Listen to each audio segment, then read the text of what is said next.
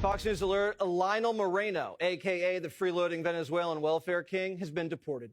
What happens when you illegally enter a country and start publicly making content urging others to commit crimes? We're talking about things like breaking into private property and squatting in other people's homes. This is Lionel Moreno. Back in April of 2022, him and his wife crossed the US border illegally at Eagle Pass, Texas. And it makes sense, by 2022, over 7.7 million Venezuelans had fled the nation due to things like shortages of food, medicine, and just a general lack of opportunity in employment. Moreno, then 27 years old, was one of them. Now, Moreno and his wife were processed under the Alternatives to Detention program, which allowed them to stay in the US while awaiting immigration hearings. They settled down in Ohio, where their daughter, a US citizen, was born.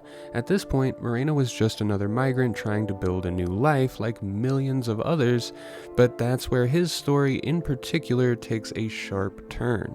Y bueno, mi gente, este es un llamado a todos los venezolanos. By late 2022, Moreno discovered TikTok. Under the handle Leto Official, he began posting videos that would soon make him infamous. Parado en la raya, yo nunca muero estando.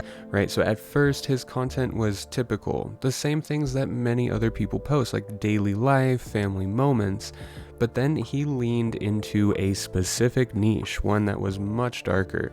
Right, Moreno started creating videos that seemed designed to provoke people. He bragged about exploiting the US welfare benefits, claiming his daughter's birth was paid for by, quote, Papa Biden. He flaunted stacks of cash on multiple videos and boasted about buying a car with government aid, and even started showing off firearms on Instagram. Poder soltar a mi hija y a mi esposa del hospital, me entregaste un permiso de trabajo y un social security. His most explosive video came in early 2023 though. In it, Moreno encouraged illegal immigrants like himself to invade vacant American homes and claim squatters' rights. He said, and I quote, "If a house is empty, we can take it." This wasn't like a one-off. His videos racked up millions of views, so he just pushed that envelope further, making more and more content about invading vacant American homes and squatters' rights in general, and his follower count soared past 500,000. To some, he was a comedian that was just playing a caricature of a freeloading migrant. To others, he was a dangerous influence, profiting off rage-baiting content. TikTok, however, was not amused. By mid-2023, Moreno's account was suspended for promoting illegal activities, and if he had just learned a lesson, left it there and realized that this was not the kind of content you should be posting online publicly, maybe he would still be in the country today. However, that's not what he did. Once Moreno got the TikTok ban, he simply took his entire act, moved to Instagram, and started doubling down on this persona that had garnered him at this point almost 1 million followers before the ban. Little did he know, his online antics were starting to catch the attention of more than just viewers. You see, at this point, Moreno and his wife were on a perfect track to becoming legal migrants in the US. They were on track to getting their citizenship, but Moreno got sidetracked himself by building his online empire on TikTok and Instagram, and he started neglecting his immigration status. In November 2022, he missed a court date in Miami, a serious violation of his Alternatives to Detention agreement. ICE labeled him as an absconder, meaning he was now a fugitive in the eyes of immigration authorities.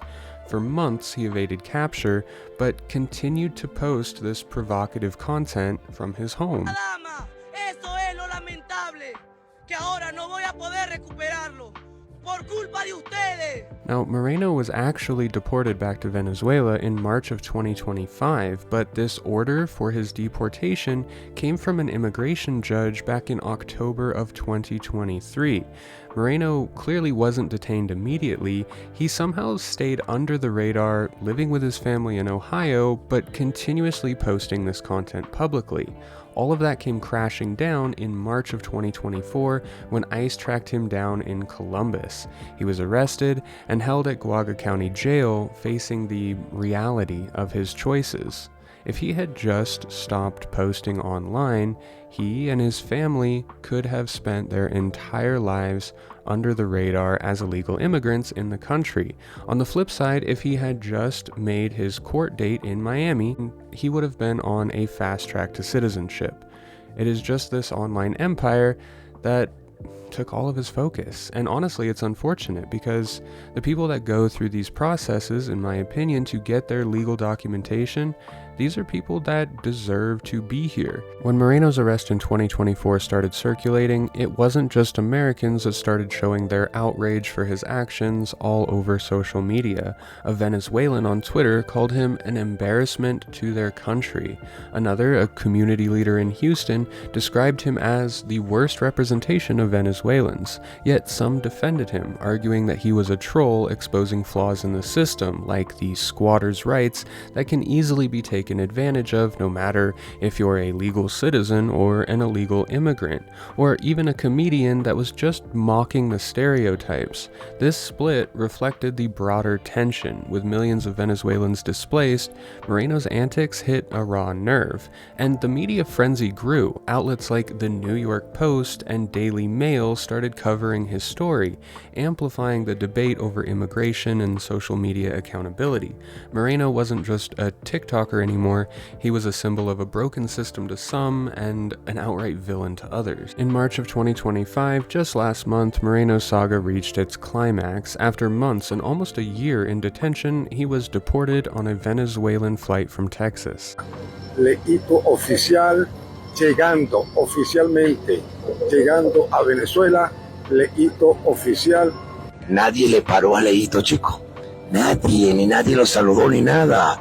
La gente esperando a Leíto y nadie. Before leaving, Moreno recorded a 30-minute video from detention calling himself a good father, a good son, and a humble person. He complained about his treatment like many others and insisted that he was misunderstood, but the damage had been done. His actions had consequences not just for him, but for how migrants in general were to be perceived. So, what happens when you illegally enter a country and urge others to break the law on social media?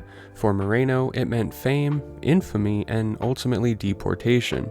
His story is a cautionary tale about the power of social media and the real-world consequences of crossing legal lines. Moreno wanted attention, and he got it, but at a serious cost. Lo que estamos en Argentina, lo que estamos en Chile, lo que estamos en Ecuador, lo que estamos en Perú, lo que estamos en Bolivia, lo que estamos en Colombia. Todos los venezolanos que están en Centroamérica, Capichi, y recuerden también los que están en México, por favor, necesitamos pagar la fianza del joven